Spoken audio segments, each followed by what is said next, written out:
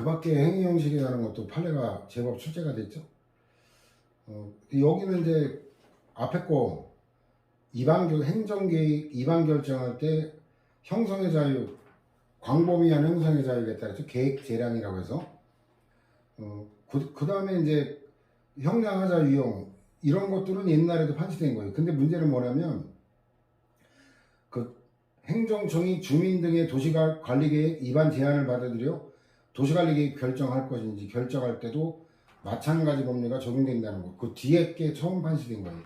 여기 기출주석 단거는 그 앞에 것까지 출제된 거, 그 논점이고 그 뒤에 게 새로 판시된 거라 이거는 새로운 판례로 이건 2020년 판례네. 2020년 판례. 뭐 기왕 실수로 들어간 거긴 한데 이거는 굉장히 중요한 논점이에요. 그 다음에 37번도 보면은 여기도 계획 위반 결정만이 아니라 변경할 때도 마찬가지 그 형량하자 법리가 적용된다는 거. 요건 최초 판시된 거랑 굉장히 중요한 것이다. 이 결론은 간단하죠. 보기만 하면 뭐.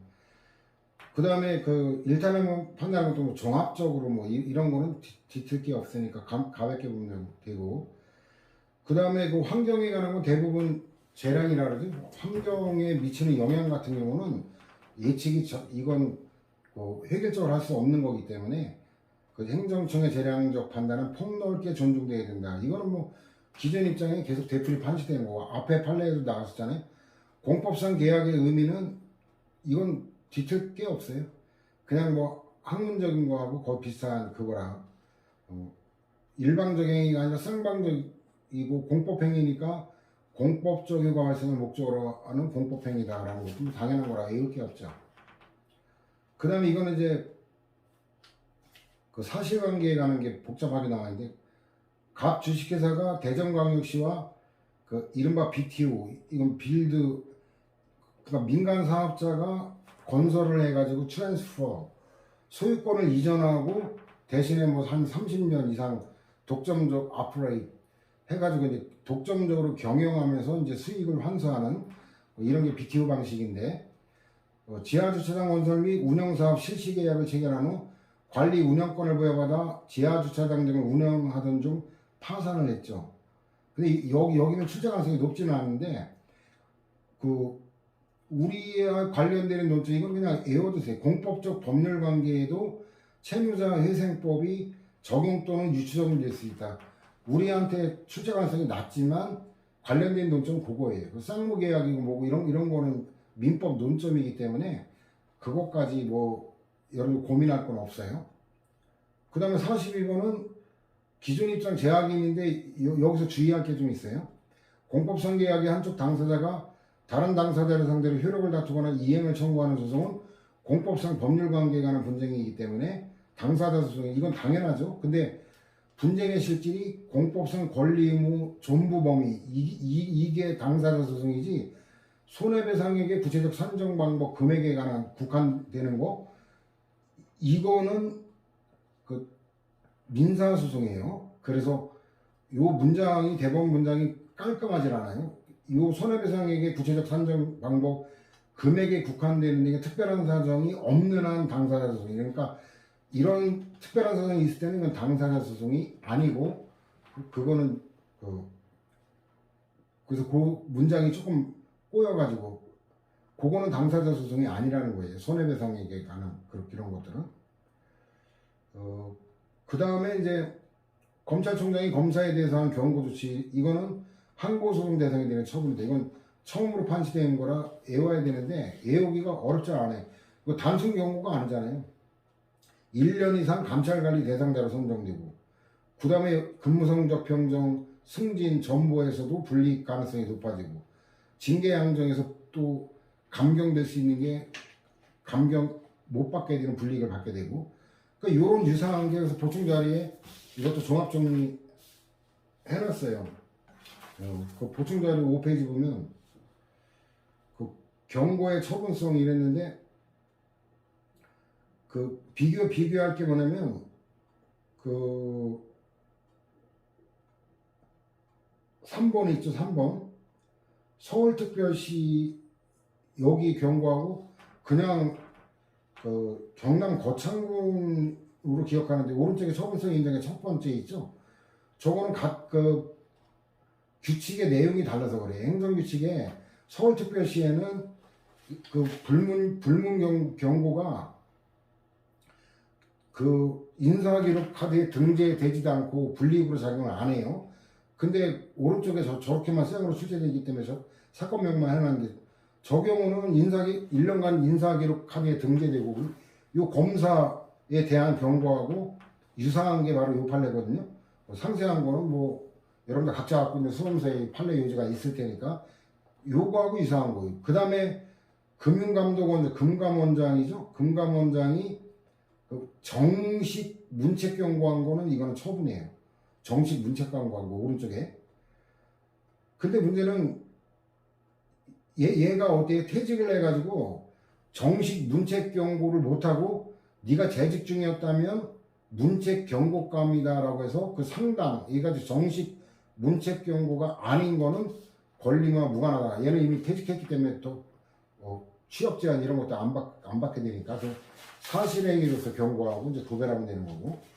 자, 다시 돌아오면은 그래서 출제 가능성이 어쨌든 대단히 높은데 그 경남의 그 공무원에 대한 불문 경고하고 논고가 유사하기 때문에 그 다음에 검사의 직무상 의무 위반의 정도가 중하면 윤석열처럼 윤석열 같은 경우 1심 판결이긴 하지만 서울행정법원에서 이거는 정직 이상 면직 잘라버려야 될 정도의 중대한 불법 저질렀다고 행정법원에서 판시를 했거든요. 윤석열 지금 뭐 대통령이긴 한데 근데 그 정도 중하지 않을 때는 징계보다 낮은 수준의 경고 처분을 할 수 있고 이거는 재량행위라는 얘기고 특별한 사정이 없는 한 존중해야 된다. 뭐 재량이라는 거 나오면 뻔하죠. 이 징계도 재량이고 징계할지 경고 처분할지 이건 선택 재량이 인정되니까 이건 뭐 해석이 가능하죠.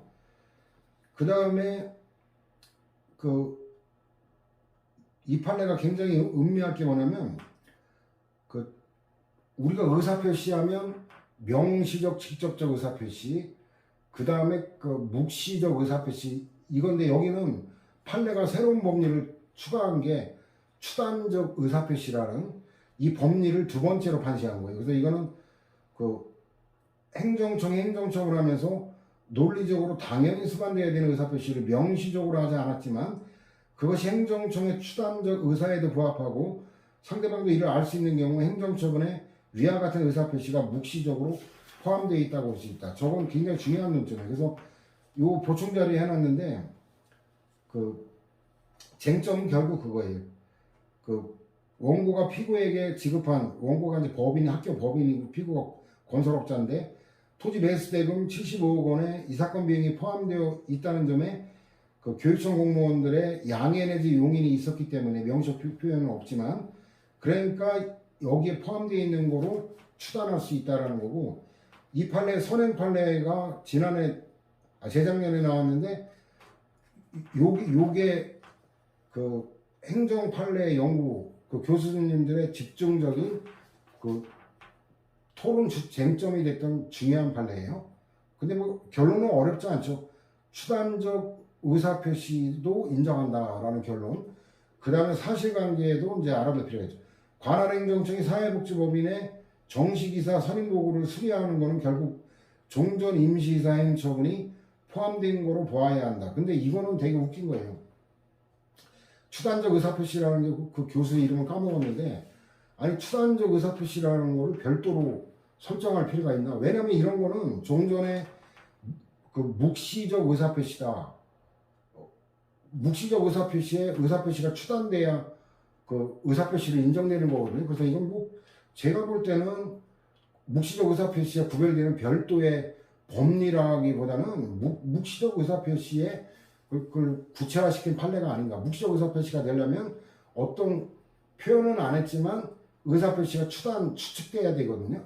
이거는 그래서 그 교수 좀 싱겁다는 생각이 들던데 어쨌든 교수들이 관심 갖고 있는 판례이기 때문에 출제될 가능성이 높다. 뭐 그 정도로 여러분들이 이해하면 될 거고. 그 다음에 굉장히 중요한 판례예요. 행정 절차 하자와 국가배상의 위법 이거에 관한 이거 최초 판례거든요. 그래가지고 이 굉장히 중요한 판례다라고 보면 돼요. 법령에서 주민들의 행정 절차 참여에 관해 정하는 것은 어디까지나 주민들에게 자신의 의사와 이익을 반영할 기회를 보장하고 행정의 공정성, 투명성과 신뢰성을 확보하며 국민의 권익을 보호하기 위한 것일 뿐이지 행정 절차에 참여할 권리 자체가 사적 권리로서 성질을 가진 건 아니다. 요거 일단 음미할 논점 하나예요. 그 사적 권리로서 성질은 아니다라는 거. 행정 절차는 그 자체가 독립적 의미를 가지는 것이라기보다는 행정의 공정성과 적정성을 보장하는 공법적 수단으로서의 의미가 크다. 이거는 좀 독일 같은 행정의 효율을 중시하는 쪽으로 대법원 판례가 슬슬 바뀌고 있거든요.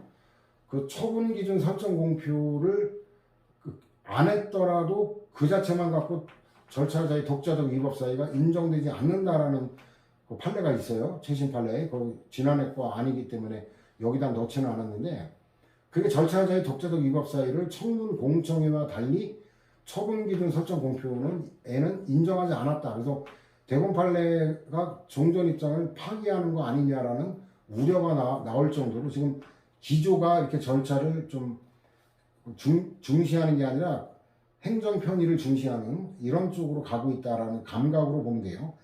그 다음 밑으로 내려가면 행정 절차를 진행하는 과정에서 주민들의 의견 제출 등 절차적 권리를 보장하지 않은 위법이 있다고 하더라도 그 후에 이를 실행하여 절차를 다시 진행한 경우 전국적으로 행정처분 단계까지 이르지 않거나 처분을 직권을 취소하거나 철회한 경우 이런 거 다 음미에 대한 표지들이에요.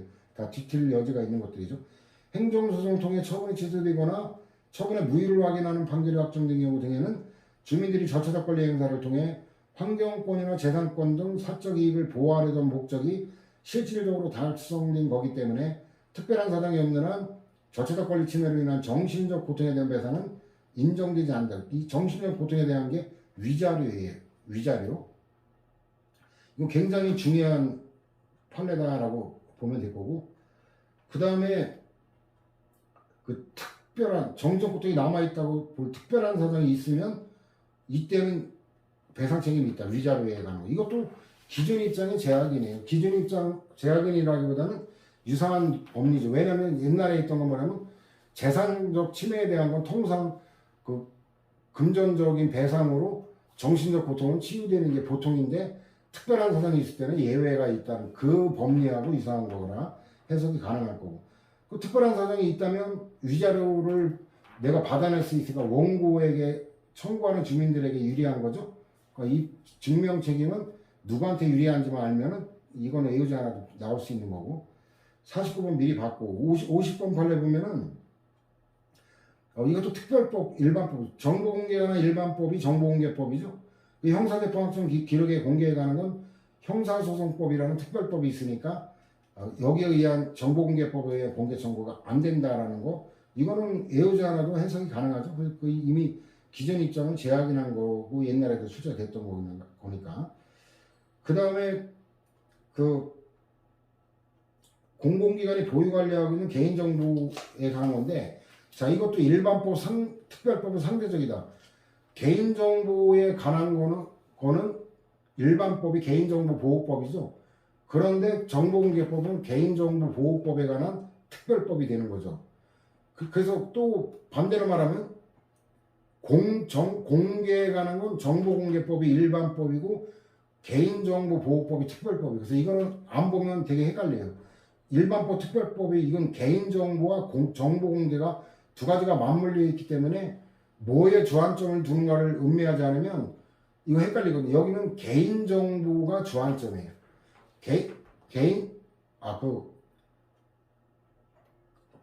정보 공개가 주안점이에요. 개인정보가 아니라 내가 헷갈리네.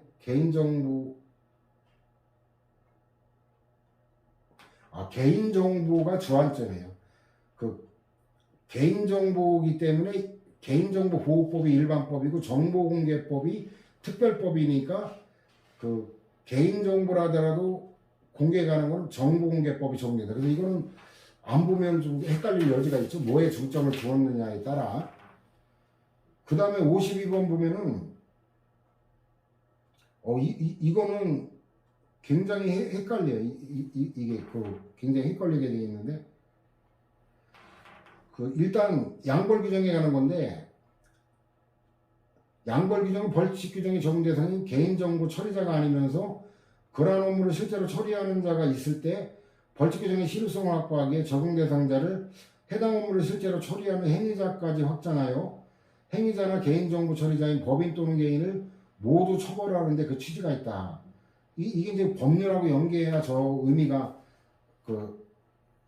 이해가 될 거예요. 그래서 좀 이따 보충 자료를 볼 건데, 두 번째 그 밑에 판례 보면은 법인격 없는 공공기관은 양벌 규정에 처벌할 수 없고, 이렇게 되면은 행위자도 역시 처벌할 수 없다라는 건데, 요거는 유사한 사안에서 법률의 규정이 없기 때문에 사업자와 법인을 처벌할 수는 있을지언정 법인격 없는 거는 안 된다라는 건 유사 판례가 있어요. 자, 이건 보충 자료를 통해서 사실관계 보면은 경찰 공무원이 형사사법 정보 시스템 접속해가지고 사사로이 자신의 채무자가 지명섭외된지를 조회하는 등 이용 범위를 초과해서 개인정보를 이용했다는 공소사실로 기소된 사안인데, 이 개인정보 처리자가 누구냐면 경찰청이에요.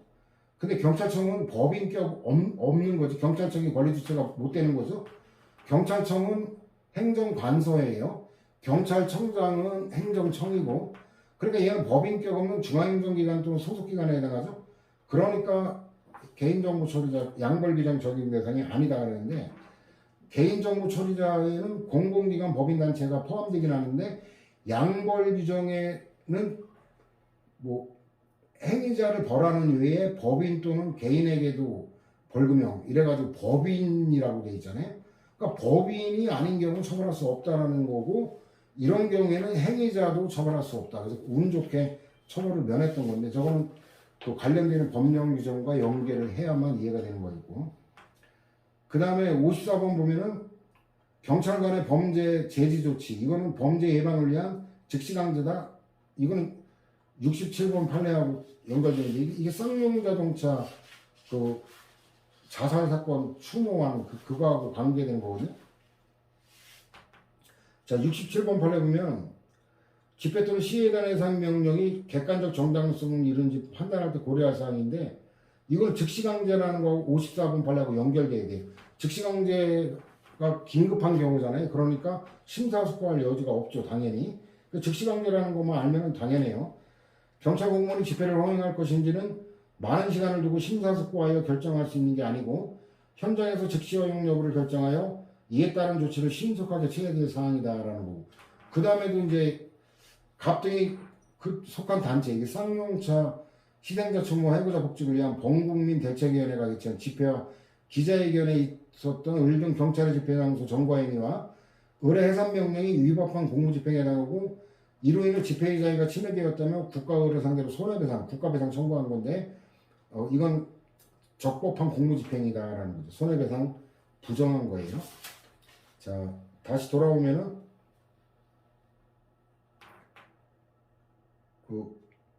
55번 사실관계 나오죠. 그래서 이제 아까는 손해배상 논점을 먼저 받고, 여기는 이제 형사 판례죠. 위법한 공무집행일 때는 정당방위가 되니까 무죄가 되는데, 적법한 공무집행이면 이제 공무집행 유죄 판결이 내리는 거예요. 그래서 적법하다고 봤어요. 그다음 56번 보면은 정당한 사유가 있을 때 가산세 부과할 수 없다는 종전의 입장하고 연계하면 쉬워요. 납세자 본인이 사용인, 이게 이제 종업원이 사사로이 부정하는 일을 한 거거든요. 방지하기 위해 상당한 주의 또는 관리 감독을 게을리하지 않은 경우 정당한 사유가 인정된다. 이거는 납득할 수 있을 거예요. 외우지 않아도. 제재를 가할 수 없다는 사례. 이래가지고 이거 직원들의 사기 배임 이걸 발견하기가 어렵다라는 거 읽어보면 될 거라 넘어갑니다. 그 정도로. 그 다음에 가산세 정당한 사유 판단 기준시가 신고 납부 기한을 기준으로 한다. 가산세가 납세 기한 내 신고나 납부를 안 했을 때 되는 거니까 이건 당연하죠. 이건 읽어보면 틀릴 수가 없는 판례고.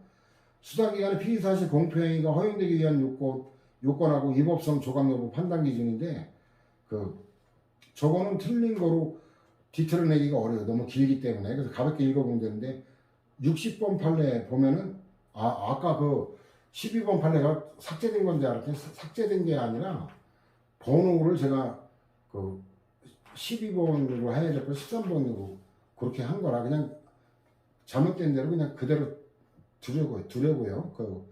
내용이 누락된 거라면 내용을 추가해야 되지만 내용이 누락된 건 아니었어요. 자, 60번은 이거 사실관계를 알아둬야 돼요. 수사기관이 발표한 피의사실에 범죄를 구성하지 않는 사실관계까지 포함되어 있고 발표 내용에 비춰 피의사실은 오히려 부수적인 거고 범죄를 구성하지 않는 사실관계가 주된 거일 때 이때 피의사실 공표행위는 위법이다. 이런 국가배상으로 연결되겠죠. 이건 뭐 외우지 않아도 납득할 수 있잖아요. 그래서 주객이 전도되는 거다 라고 생각하면 당연히 납득이 될 거고 법관의 재판에 대한 국가배상 책임이 인정되기 위한 요건인데 어떻게 22년 판례가 16년에 출제됐냐? 이런 거 아까도 얘기했죠. 기존 입장에 재확인이기 때문에 그런 거예요. 자, 근데 그게 62번 이게 최초 판례가 뭐냐면 보존 재판의 경우도 마찬가지다라는 건데 아니 이거는 틀릴 수가 없죠. 보기만 하면 아니 보존 재판도 명칭이 재판이잖아요. 당연한 거죠. 이런 거는 틀릴 수가 없는 판례다. 63번 보면은 지역적인 판례인데 애워둬야 돼. 이거는 뭐 제가 배경을 설명할 필요 없어요. 애워두지 않으면 안 되는 내용이었고 그 다음에 64번인데 안타까운 일인데 불가피했다라고 본 거예요.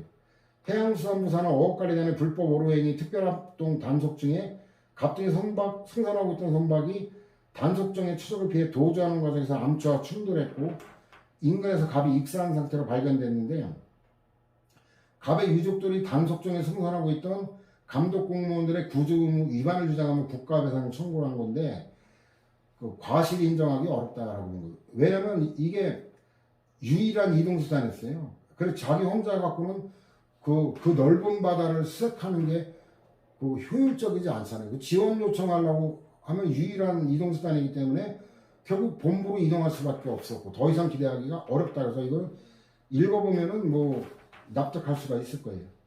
갑 주식회사가 고층 아파트 신축 사업을 계획하고 토지를 매수한 다음에 여수시와 협의하여 사업계획 승인 신청을 했고 수개월에 걸쳐 을지방자치단체 보완 요청에 응해 사업계획 승인에 필요한 요건까지 갖췄는데 이거는 지방자치단체장이 부정적 의견을 제시한 후에 근데 이거는 좀 헷갈릴 수 있죠. 아니 뭐 사적 감정이 있나 오해할 수가 있는데 여러분들이 핵심 뭐냐면 주변 경관 환경 이런 걸 공익을 중시한다라는 판례 유형을 알면은 되게 쉬워요. 그렇기 때문에 그렇기 때문에가 아니라 이게 공익을 중시하는 그런 판례 입장이 있기 때문에 적법인가라고 생각할 수 있는데 이거는 뭐예요? 부정적인 의견을 제시하는 이거 아무 합리적 근거가 없잖아요. 그죠? 그렇기 때문에 요거는 핵심이 뭐냐면 느닷없이 이런 어감으로 보면 돼요. 그리고 이건 주변 경관을 이유로가 이게 함정으로 나올 수 있어요. 기존 판례 입장에 보면 환경 이러면 대부분 공익을 중시하는 이런 게 판례 입장이거든요. 그래 요거는 느닷없이 부정적인 의견 지방자치단체 여수시장에 한마디로 이 모든 게 다 뒤집어졌다라는 그런 배경으로 봐야 돼. 그래서 이건 요지를 봐야 더 헷갈리지 않아요. 그냥 주변 경관 뭐 이거에 현혹될 소지가 있거든요. 제목 저것만 봤다가는 여수시 담당 공무원이 경관훼손 여부를 검토하기 수행한 업무는 고작 현장 실사를 나가 사진을 촬영하여 분석 자료를 작성한 게 전부고 왜? 아니 장이 지시를 의견을 냈는데 형식적으로 억지로 맞춰줬다는 느낌이 들죠. 분석 자료 내용이 실제 부합하는 방식으로 작성되었다고 볼 수 없는 등 객관적 검토를 거치지 않고 뭐 사적 감정 느닷없는 뭐 지시 이런 거로 접근을 하면 될 거예요. 그 다음에 요런 표지는 최초 판시한 거라 음미할 거예요. 손해전부 책임을 국가가 부담할 만한 실질적 이유가 있는지 요 표지를 여러분들이 음미를 해놔야 돼요. 이거 최초 판시이기 때문에 그 다음에 이미 봤던 판례죠. 그 중과실 이거는 뭐 거의 고의에 가까운 현존주의를 결여한 상태는 종전 입장의 제약인입니다. 그 다음에도 종전 입장의 제약인이라 19년도에 이미 출제가 됐었죠. 그죠? 그 행정처분이 항고소송에서 위법하다고 판단돼 취소 판결 났다. 이러면 기판적인 내용은 뭐예요? 처분이 위법이라는 게 확정된 거지 고의가실에 관한 건 다루지 않았기 때문에 거기는 기판적이 미치지 않죠?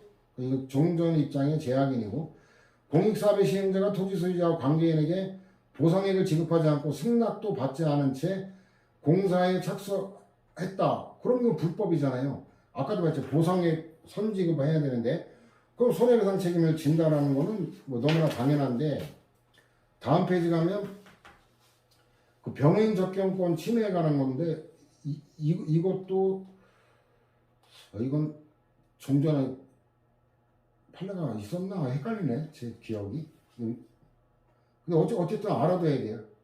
그 국가배상 책임 인정.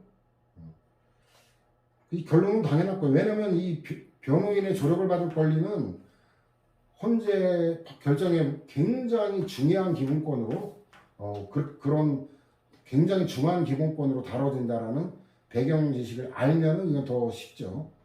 그다음 부패 용려가 있거나 보관하기 어려운 압수물에 대해 요건을 갖추지 않은 폐기 처분이 위법하다.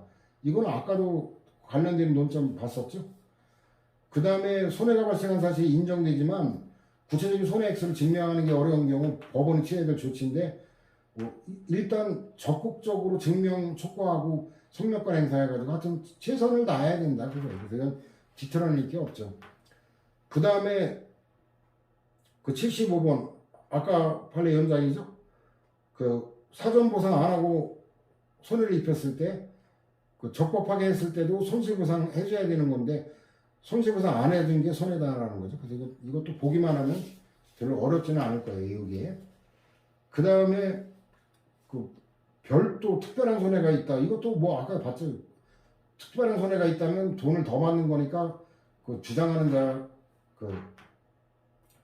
자가 증명 책임진다. 이건 너무나 당연한 기존 입장에 관한 판례죠. 그 다음에 전통시장 공영주차장 설치 사업의 시행자인 인천광역시 계양구가 상업인정 절차를 거치지 않고 협의 취득했고 그 다음 토지상 건물의 임차에 영업한 일 등이 그 계양구에 영업손실보상금을 지급해달라고 요청했지만 그 계양구가 아무런 보상 없이 시행하자 영업손실의 보상액 상당의 손해배상에다가 정신적 손해에 대한 위자료 지급을 구한 건데 여기 특별한 경우 아니면 위자료 인정이 안 되죠. 그래서 이것도 뭐 결론을 여러분들 익히기가 어렵지만 특별한 경우가 아니면 위자료는 인정이 안 돼요. 금전적으로 손실보상에 관한 건 그 정신적인 거는 제외되잖아요. 그 배경 지식 알면은 계양구하면 이번에 이재명 의원이 당선된 곳인데 참 진짜 납득할 수 없는 출마였죠. 진짜 뭐 아니 송영길 진짜 웃기는 아저씨 아니에요? 아니 인천 사람이 왜 서울시장으로 나와요? 지가 뭔데? 그걸 공천한 민주당 참 웃긴 자식들 아니에요? 아니 씨발 뭐 송영길 뭐 공천만 하면 무조건 찍어줘요? 저는 찍어줬어요. 참. 근데 진짜 막 개 쌍욕하면서 속으로 그러고 찍어줬어. 진짜 진짜 분노를 참을 수가 없어. 진짜 정신 나간 짓거리 해가지고 이번 선거 망친 거 아니에요? 이제 민주당을 다시 찍을지 고민 중이에요. 차라리 기권을 안 했더라도 민주당 개새끼들은 뭐 서민을 위한다 주둥아리만 나불거리고 보수 정당하고 다를 바가 하나도 없어요. 뭐 집 가진 자들 그 세금이나 깎아주고 법인세 이 대기업 이런 애들 돈 많은 놈도 세금 깎아줬는데 혈안이 된 정당하고 뭐 똑같은 짓거리 하고 있는데 굳이 찍을 이유가 있겠나? 진보당 이번에 지역 주민들과 일체가 돼가지고 묵묵히 그 지역 현장에서 묵묵히 헌신해온 진보당이 정의당보다 훨씬 더 좋은 성과를 냈다는 거. 결국 풀뿌리 민주주의를 실천하는 정당. 전 진보당 쪽에 앞으로 지지를 보낼까 합니다. 민주당에 대한 지지는 두고 볼 거예요. 이제 웬만한 후보 아니면 차라리 기권을 하나 하더라도 안 찍으려고 해요. 개항구 주관적 감정입니다. 여러분들은 그냥 한기로 흘리면 될 거예요. 하여튼 이번에 민주당 개새끼들 아주 그냥 분노를 참지 못하고 그냥 찍긴 찍었는데. 자, 그 다음에 78번 보면 군복무 중 사망한 사람의 유족이 국가배상을 받은 경우. 이것도 안 보면 헷갈려. 이건 최초 판시예요. 그런 경우에 이제 아까 얘기했죠. 그 공제할 수 있는데 이 사망보상금에서 그 손익공제 당연히 할 수 있죠. 그런데 이거는 종전판례하고 똑같아요. 그 일시 손실에 관한 거. 근데 문제는 뭐냐면 위자료 정신적 배상금 위자료까지는 공제할 수 없다. 이거 굉장히 중요한 판례거든요. 최초 판례라. 자, 그 다음에 79번님이 관련해서 85번까지 80번하고 해서 다 봤죠. 그 다음에 86번 판례 보면은 택지개발 사업의 사업 시행자인 한국토지주택공사가 공공용지로 협의 취득한 토지에 있는 갑소유의 지작물에 관해 중앙토지수용위원회 재결에 따라 보상금 공탁했는데 토지의 폐합성 수지를 포함한 산업쓰레기 등 폐기물이 남아있자 갑을 상대로 폐기물 처리 비용의 지급을 구한 건데 이건 나쁜 놈이에요. 한국토지주택공사. 왜냐면 이 갑에게 폐기물을 이전하도록 요청하거나 불이행을 이유로 처리비에 해당하는 손해배상 청구할 수 없다. 왜냐? 이 나쁜 놈들이 이 쓰레기 처리 비용을 토지주택공사가 떠안는다는 전제하에 보상금을 1억으로 한 거, 1원으로 한 거, 1원. 보상금을 1원으로 한 거는 쓰레기 처리 비용을 지가 떠맡는다는 전제하에 그래서 그걸 까고 보상금 해준 거거든요. 이건 요지 보면 헷갈릴 게 없어요. 중앙토지수용위원회 보상금 내역에는 제품 및 원자재가 포함되어 있고 보상액이 1원으로 되어 있어요. 1원. 이건 이 얘기는 뭐예요? 폐기물의 이전비가 물건의 가격을 초과하는 경우에 해당한다는 전제에서 재활용이 가능하여 가치가 있던 쓰레기와 재활용이 불가능하고 처리 비용이 되는 쓰레기를 모두 보상 대상 지작물을 삼아 일괄하여 보상액을 정한 거로 볼 수 있다라는 거죠. 그러니까 지가 돈 들여가지고 제거해야지 이걸 전가하거나 청구할 수 없다라는 거고. 그 다음 87번은 안 보면 좀 헷갈려요. 원고가 고의나 중대한 과실 없이 이게 신급관할 위반할 때는 고의나 중대한 과실이 있을 때는 각하시켜버려요. 근데 과실 없이 행정소송을 제기할 사건을 민사소송으로 잘못 제기하고 이러다 보니까 단독 판사가 1심 판결 선고를 할 때 통상적인 민사소송이라면 항소심 관할은 그 지방법원 합의부가 되는 거예요. 근데 이거는 행정소송 사건이기 때문에 고등법원의 전속 관할이다. 이건 안 보면 헷갈리긴 하지만 이게 민사소송이 아닌 행정소송이기 때문에 이거는 합의부에서 할 일이 아니다라는 거. 고등법원으로 가야 된다는 거. 이거는 음미하면 어렵지는 않아요. 보조금 지원사업 시행기관회장인 담양군수가 그 보조사업자 농가 계약 상대방이 될 수 있는 시공업체를 공모 절차를 통해 선정한 사안인데 선정 제외된 원고들은 선정된 업체들을 포함한 선정 및 선정 제외행위 전체의 취소를 구할 원고 적격이 인정되지 않는다. 그러니까 지하고 관계없는 것까지 다 취소를 구하는 거는 이거는 불필요한 오지랖이죠. 지한테 아무런 이익이 없는 건데, 그리고 여기는 이게 헷갈리는 게 뭐냐, 공무 이래가지고 지가 탈락했잖아요. 그러면 제가 탈락한 거 거부 처분을 다툴 수도 있는데 거기에 그 선정행위 이거 취소를 구할 수도 있는데 이건 경원자 관계가 아니라는 거예요. 이거 얼핏 보면은 아니 뭐 여러 명 모집했는데 일부 되고 누구 떨어졌으면 경원자냐? 아니다라는 거예요. 일단 앞부분 판시는 종전 입장의 재확인이죠. 불이익 처분의 상대방은 직접 개인적 이익에 침해를 받는 자로 당연히 원고적게 인정되죠.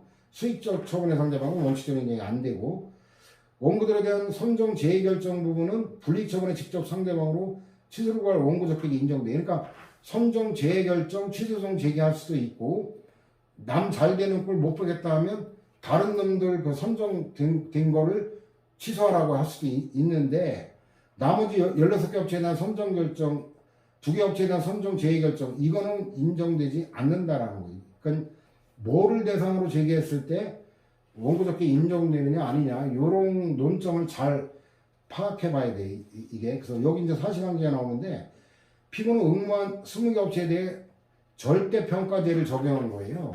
그 일방에 대한 그 면허나 인허가가 타방에 대한 불면허 불인가 불허가로 귀결될 수밖에 없어야 이게 경원관계가 되는 거지. 여기 절대평가되니까 이 절대평가 기준을 넘어서는 사람이 다 될 수 있는 관계는 경원관계가 아니다라는 거죠. 그래서 이거는 제가 볼 때 이건 경원관계 논점이 아니기 때문에 경원관계 논점 잘못 잡으면 완전 망할 수 있어요. 이거는 그 2차 사례 문제에 출제될 만한 헷갈리기 시작이 없는 판례죠. 안 보면. 그 절대평가제를 적용하여 평가점수 70점 기준으로 선정력을 결정했을 뿐이지 응모한 업체들은 선정에 관한 상호 경쟁 관계 또는 경험자 관계가 아니다라는 거예요. 자, 이게 굉장히 중요한 판례다라고 봅니다. 유사 판례가 그 중학교 이종 교과서 검정 처분 취소가 있는데 자기가 검정 거부 처분 취소 소송 제기할 수 있는데 검정 받은 놈들 잘 되는 꼴을 못 보겠다고 해서 검정 처분을 갖다가 다른 출판사에 대한 검정 처분을 취소하라는 소송 제기했는데 아니 자기가 신청하지도 않는 그것까지 취소해달라고 한 거는 오지랖이죠. 법률상 이의가 없다. 유사 판례 같이 정리하고 이제 소개를 했고 그 다음에 89번 보면 원천징수 의무자가 원천징수한 법인세 납부와 관련해서 실제 돈 내는 거는 국내 원천소득의 실질 귀속자 얘가 돈 내는 거니까 그 과세표준과 세액 경정 청구할 권리가 있다는 건 당연하게 상식적으로 끌어낼 수 있을 거예요. 그 다음에 90번 이미 받고 91번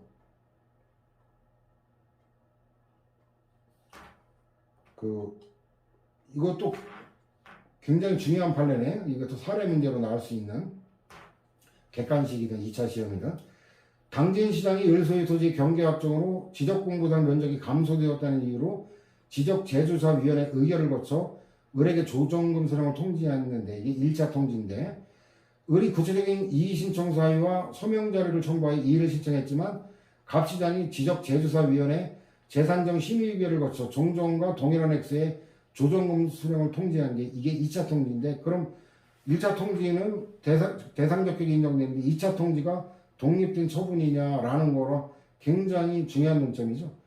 그래가지고 조정금에 대한 이의신청 절차가 법률상 절차로 변경되었기 때문에 그에 관한 절차적 권리는 법률상 권리라는 점. 이의신청하기 전에는 조정금 산정 결과 및 수령을 통지한 1차 통지만 존재했고 신청이 없었다는 거예요. 그러니까 이의신청이 이건 최초의 새로운 신청이라고 본 거죠. 그 다음에 2차 통지서 문헌상 종전 통지와 별도로 심의 의결했다는 내용이 명백하고 그러니까 이게 새로운 처분이다라는 거 굉장히 중요한 판례다. 처분의 근거 분명을 변경하는 게 종전 처분과 동일성을 인정할 수 없는 그 별개 처분하는 것과 다름없는 경우는 안 된다. 근거 법령의 변경은 처분사의 추가 변경하고 다른데 그래 그 결론은 똑같아요. 처분사의 추가 변경도 기본적 사실관계 동일성이 없을 때 안 되듯이 근거 법령 변경도 마찬가지다. 그래서 이거는 안 보면 헷갈릴 수 있어요. 처분사의 변경이 아니기 때문에 이거 될 것 같은데 그렇지 않다. 굉장히 중요한 판례. 이것도 제 기억으로는 처음 판시한 것 같은데.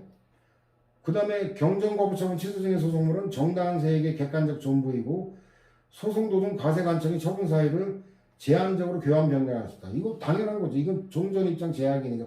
이건 처분사유 추가 변경이니까 제한적 검정설이다라는 거는 이 기존 입장의 재확인이죠. 그 다음에 집행정지에 관한 판례들이 굉장히 중요한 판례들이 쏟아져 나오는데 효력기간이 정해져 있는 제재적인 행정처분에 대한 취소소송에서 법원이 번안소송의 판결 선고 시까지 집행정지 결정을 한 경우 처분에서 정해진 효력기간은 판결 선고 시까지 정지가 되니까 당연히 진행되지 않다가 선고되면 다시 진행하고 이는 처분에서 정해진 효력기간의 시기와 정기가 집행정지 기간 중에 모두 경과한 경우도 마찬가지. 이거는 종전입장 재확인이고 이러한 법리는 행정심판위원회가 집행정지 결정한 경우에도 그대로 적용된다가 최초 판시인데 이거는 너무나 당연한 거예요. 집행정지 실질은 심판이나 소송이나 똑같기 때문에 이건 뭐 한번 보면 특별할 게 없어요. 근데 여기는 이 사실관계 특수한 거는 그 처분 변경을 하면서 여기에다가 그 시기를 별도로 한 이 사실관계가 초과돼요. 그래서 중간에 보면 처분에서 효력기간의 시기와 정지를 정해뒀는데 시기와 정지가 집행정지 기간 중에 모두 경과한 경우에도 마찬가지인데 요게 사실관계가 특이한 점이에요. 이러한 법리는 심판에도 똑같다라는 거고 근데 문제는 그 다음에 나오죠. 그 효력기간이 정해져 있는 제재적 행정처분의 효력이 발생한 이후에 행정청이 상대방에 대한 별도의 처분으로 효력기간의 시기와 정기를 다시 정할 수 있는데 이것도 최초 판시라 굉장히 중요한 거예요. 후속 처분 변경서의 효력기간의 시기와 정기를 다시 특정한 대신에 행정처분의 집행을 특정 소송 사건의 판결 시까지 유예한다고 기재한 경우인데 이렇게 되면은 판결 선고 시까지 정지됐다가 선고되면 다시 진행된다는 거고 그 결국은 이 사실관계 보충 자리 해놨는데 결국 어때요? 요 집행정지 된 기간 이외의 기간에서 이미 처분의 효력이 소멸돼버렸어요. 기간이 다 지나버려가지고 그러고 나서 동일한 사유로 동일한 다시 변경 처분해서 다시 한 거로 이거는 위법한 이중 처분이다. 이거는 이제 노동 관련된 판례에서는 굉장히 많이 판시된 건데 이게 어떤 법리하고 이상한 거냐면 그 일사부재리 원칙, 이중 처벌 금지 원칙하고 똑같아요. 법리는. 다만 이거 형벌이 아니기 때문에 이중 처벌은 아니고 이중 처분인데 또 추가해서 알아둘 건 뭐냐면 이중 처분에 해당하면 이거는 무효다라는 하자 정도까지 알아둘 필요가 있어요. 그래서 이게 동일한 사유로 동일한 거 반복하는 게 형사 처벌도 안 되지만 행정 처분도 안 된다. 법리는 똑같아요. 자, 효력기간이 정해져 있는 제재적 행정처분의 효력이 발생한 이후에도 행정처분 특별한 사정이 없는 한 상대방에 대한 별도의 처분으로서 효력기간의 시기와 종기를 다시 정할 수 있다.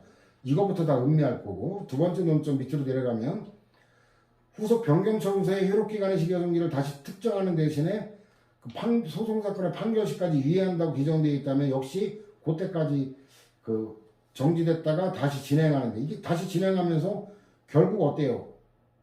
근데 이 굉장히 중요한 게 후속 변경할 수 있는 권한은 특별한 사정이 없는 한 당초 제재적 행정처분 효력이 유지되는 동안에만 인정된다는 거예요. 근데 이게 그 결국은 제재적 처분의 그 기간이 결국은 다 지나가지고 소멸된 이후에는 안 된다는 거고 만일에 동일한 거 반복했다면 그거는 이중 처분이라 무효가 된다는 거죠. 동일한 사유로 다시 제재적 행정처분하는 거는 위법한 이중 처분에 해당한다. 이거 대형 판례입니다. 이건 최신 판례 2002년도 금년도 거라 이제 내년도나 돼야 이제 교수들 연구 성과가 논문으로 나올 건데 이건 당장 대법원 판례 해설에 나올 수도 있을 정도로 중요한 판례다. 대형 판례예요. 96번 보면은 이건 종전 입장 제약인이죠. 군인연구법 이거는 추상적 권리밖에 규정이 안 된 거기 때문에 이 상태에서 바로 민사소송이든 당사자소송 제기는 안 되고 그 급여 청구했다가 거부당하면 거부 처분을 대상으로 항고소송을 제기해야 된다라는 거죠. 이건 뭐 옛날부터 출제가 됐던 거예요. 그 판시됐던 제약인이고 97번 그 법원이 국가 공공단체 그 밖의 권리주체를 피고로 하는 당사자 소송을 처분 등을 하는 행정처를 피고로 하는 항고소를 변경하는 게 타당하다고 인정할 경우 허가할 수 있다. 이게 특별한 게 없어요.